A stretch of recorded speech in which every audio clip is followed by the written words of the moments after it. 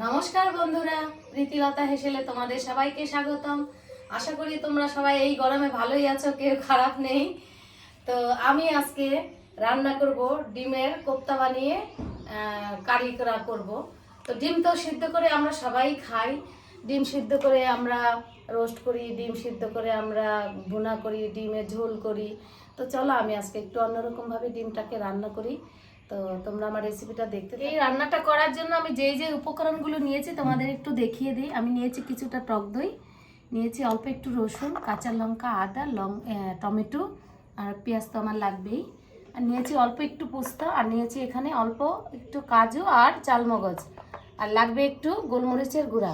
তাহলে চলো আমি আগে মশলাটাকে করে নেই, তারপরে রান্নাটা শুরু করবো।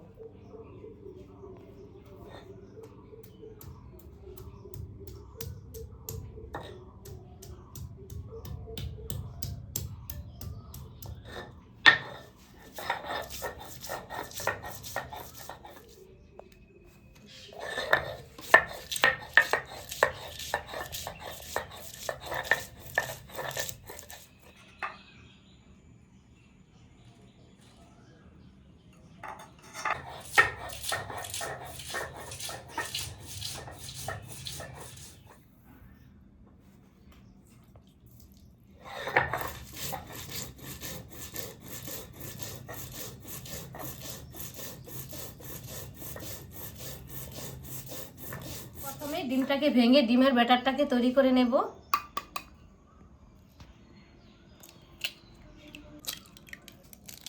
পরিমাণ মতো লবণ,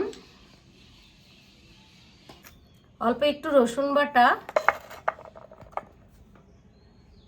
অল্প একটু সাদা জিরা বাটা, দেব অল্প একটু আদা বাটা।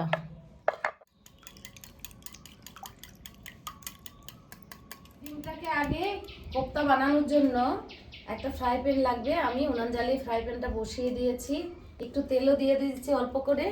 গলা দেব।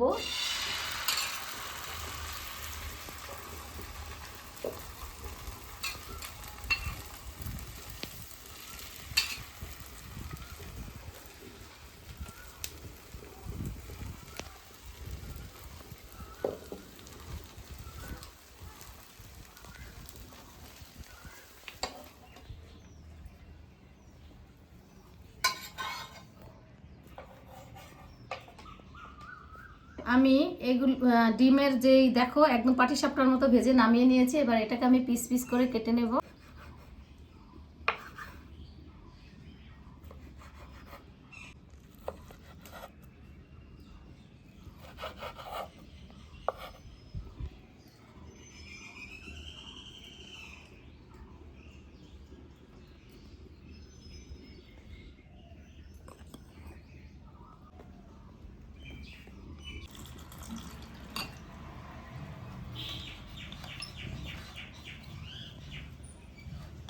আমি কর্নফ্লাওয়ার আর একটু লাল লঙ্কার গুঁড়া দিয়ে যেই ব্যাটারটা করেছি তাতে এই ডিমগুলোকে ডুবো তেলে ভেজে নেব।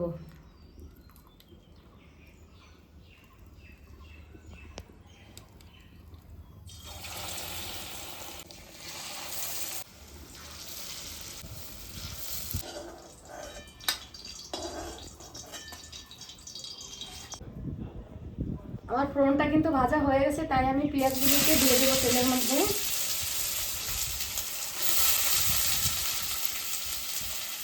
পরিমাণ মতো লবণ।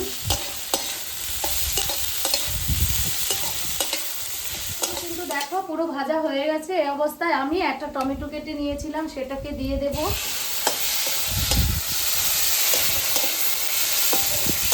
টমেটোটাকে ভেজে ভেজে এইভাবে একটু করে দিয়ে মিশিয়ে দেবো। দেখো আমার টমেটো আর পেঁয়াজ কিন্তু একদম মিলেমিশে একাকার হয়ে গেছে। এবার আমি মশলাগুলোকে দিয়ে দেব। প্রথমে আমি দিয়ে দেবো বেটে রেখেছিলাম যে লঙ্কা দিয়ে দেবো, আদা বাটা দিয়ে দেবো, অল্প একটু রসুন বাটা, জিরা বাটা, চালমগজ, কাজু আর পোস্ত একসাথে বেটে নিয়েছি, সেটাকে দিয়ে দেব।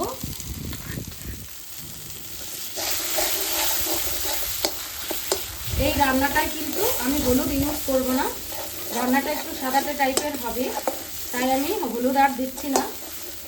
ডিম যখন আমি ব্যাটার তৈরি করেছিলাম যেইটুকু হলুদ দিয়েছি ওইটুকুতে যা হয় তাতেই হবে, কিন্তু আমি হলুদ কিন্তু দেবো না।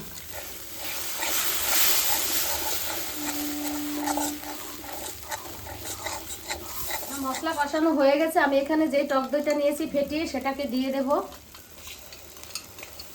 কিন্তু কষানো হয়ে গেছে, আমি এবার ঝোলের জন্য জল দিয়ে দেব। জল বেশি একটা দিতে হবে না, কারণ এটা রান্নাটা কিন্তু ঝোলটা গা মাখো মাখো টাইপের হবে। ফুটে গেছে, আমি এবার কোপ্তাগুলোকে ঝোলের মধ্যে ছেড়ে দেব।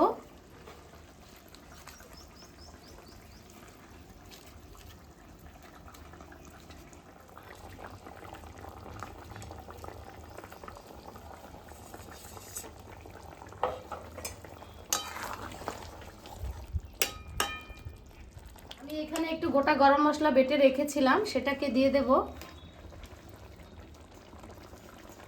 এই অবস্থায় আমি ঢাকা দিয়ে কিছুক্ষণ এটাকে ফুটিয়ে নেব। দেখো বন্ধুরা, আমার রান্নাটা কিন্তু পুরোপুরি কমপ্লিট। যেইটুকু গ্রেভি আছে এইটুকু তো আমি রাখবো, কেননা একটু মাখো মাখো না রাখলে খেতে ভালো লাগবে না। তবে এই রান্নাটা কিন্তু তোমরা ভাতের সাথে, রুটির সাথে, পরোটার সাথে, যা কিছুর সাথে খাবে, খেতে কিন্তু অসাধারণ লাগে।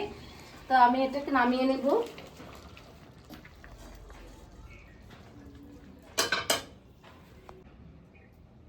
দেখো বন্ধুরা, দেখতে কিন্তু খুবই অসাধারণ লাগছে, গন্ধও কিন্তু খুবই সুন্দর বেরিয়েছে। আশা করছি খেতেও খুব ভালো লাগবে। তোমরা একবার বাড়িতে করে খেয়েই দেখো না কেমন লাগে। আমি কিন্তু সত্যিই বলছি খেতে অসাধারণ লাগে। তোমরা খেয়ে দেখো, তারপরে আমাকে একটু কমেন্ট করে জানিও কেমন হয়েছে খেতে। যদি তোমাদের এই রেসিপিটা ভালো লাগে তাহলে আমার পাশে থেকে প্লিজ আমার চ্যানেলকে একটা সাবস্ক্রাইব, লাইক আর কমেন্ট করে শেয়ার করে আমার পাশে থাকবে। সকলে সুস্থ থাকবে, ভালো থাকবে।